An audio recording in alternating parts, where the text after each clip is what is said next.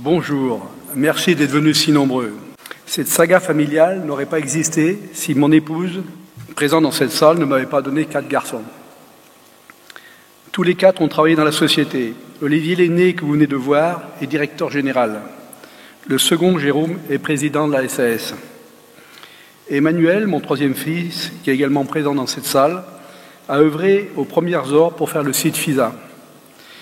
Il est aujourd'hui réalisateur pour les grandes chaînes d'information de télévision que vous regardez probablement tous les jours. Enfin, mon 4e fils, Alexandre, a travaillé également à la FISA en tant que commercial avant de disparaître tragiquement en 2007.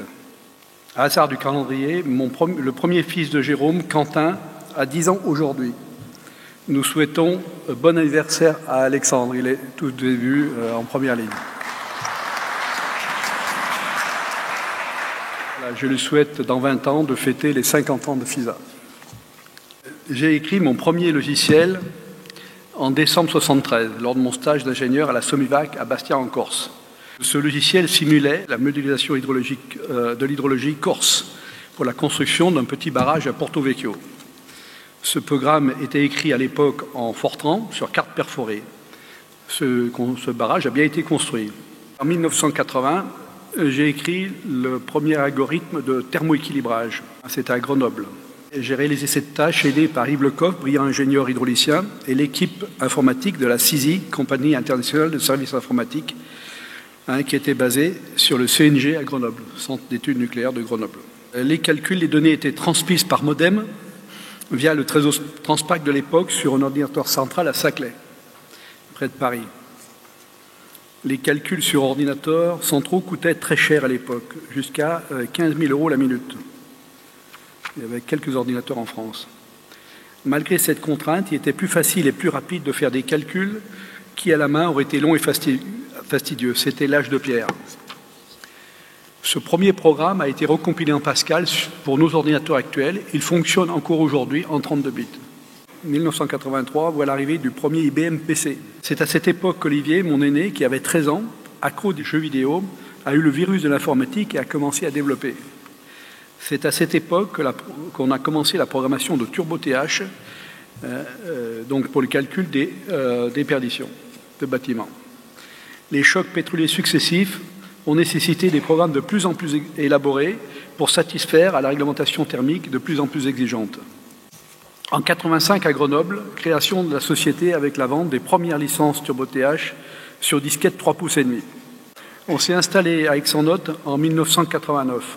Aix-en-Othe a été choisi pour une petite ville à la campagne, toute proche de Paris, avec l'arrivée des autoroutes A5 et A19, puis de l'Internet, ce qui a confirmé notre choix. FISA est à moins de 2 heures de Paris, de Reims, Dijon, Orléans et des 2 grands aéroports parisiens. C'est à cette époque que mon second fils, qui avait 14 ans, a commencé à s'intéresser à la programmation. En 1990, j'assiste à une présentation d'AutoCAD à Paris. Cela m'a fait comprendre l'intérêt de cette plateforme de dessin et imaginer nos produits qui pourraient tourner avec.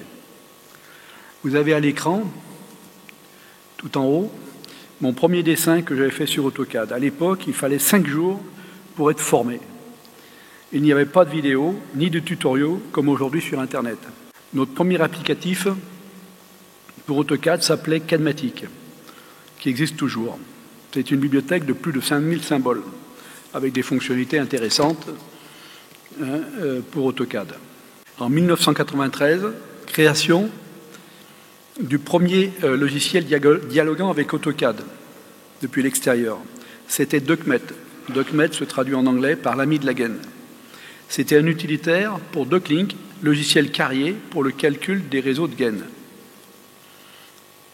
Ce dernier n'a pas pu migrer sous Windows. Je l'ai réécrit, il s'appelle aujourd'hui FISADoc et fonctionne indifféremment sur les plateformes AutoCAD et Revit. Depuis, de nombreux autres programmes ont vu le jour. Ils ont déjà été cités par Olivier. Pour élaborer ces programmes, mes 2 fils et moi-même avons été formés aux 4 coins du monde. Il a fallu qu'on se déplace pour comprendre et apprendre comment fonctionner avec les outils graphiques de la gamme Autodesk. Donc on a été bien sûr à Paris plusieurs fois, on a été à Farnborough en Angleterre, à Londres également, bien sûr, à Las Vegas plusieurs fois, à San Francisco en Californie, à Atlanta en Géorgie. Jérôme a été au MIT à Boston, Massachusetts, États-Unis, Munich également, plusieurs fois. Nous avons été à Salzbourg en Autriche, dans le pays de Mozart. C'est là qu'on a rencontré Christoph von Rath, qui travaille aujourd'hui avec nous. On a été également au Portugal, on a été en Espagne, Dubaï, et également Nashville, Tennessee, pour tout ce qui concerne l'HRAE, puisque aujourd'hui les plateformes BIM s'inspirent des normes disponibles sur le marché, notamment les normes, les codes HRAE, qu'on va retrouver dans toutes les gaines. On a également été en Suisse, bien sûr, à Neuchâtel, où il y a le centre technique d'Autodesk pour l'Europe. Nous sommes passés également par la Hollande. Alors pourquoi la Hollande? Parce que, je dirais, ça nous a permis de découvrir à l'époque ce qui étaient les prémices du BIM, avec Rocade, produit, donc on a pratiquement oublié le nom. On a également été en Suisse, à Berne, à Francfort également, pour Rocade, et également à Berlin. Voilà. Plus d'autres étapes que je ne citerai pas, qui étaient également des étapes importantes pour l'évolution de FISA. Donc vous voyez que pour arriver à produire les programmes que l'on a aujourd'hui, non seulement il a fallu bien sûr réviser toutes nos connaissances en matière de technique et d'informatique, mais également aller chercher l'information là où elle se trouvait, aux quatre coins du monde. Depuis, l'informatique subit une révolution chaque année. Tout change très vite. Les modes de conception sont raccourcis au maximum. De grands défis attendent mes deux fils. Je leur souhaite beaucoup de courage et de chance. Nous sommes tous aujourd'hui en équilibre sur un fil. Comme le précise le panneau, la chance est juste devant. Et je vous laisse méditer cette citation de Thomas Fuller, physicien anglais. Celui qui attend que tout danger soit écarté pour mettre les voiles ne prendra jamais la mer. Je vous remercie de votre attention.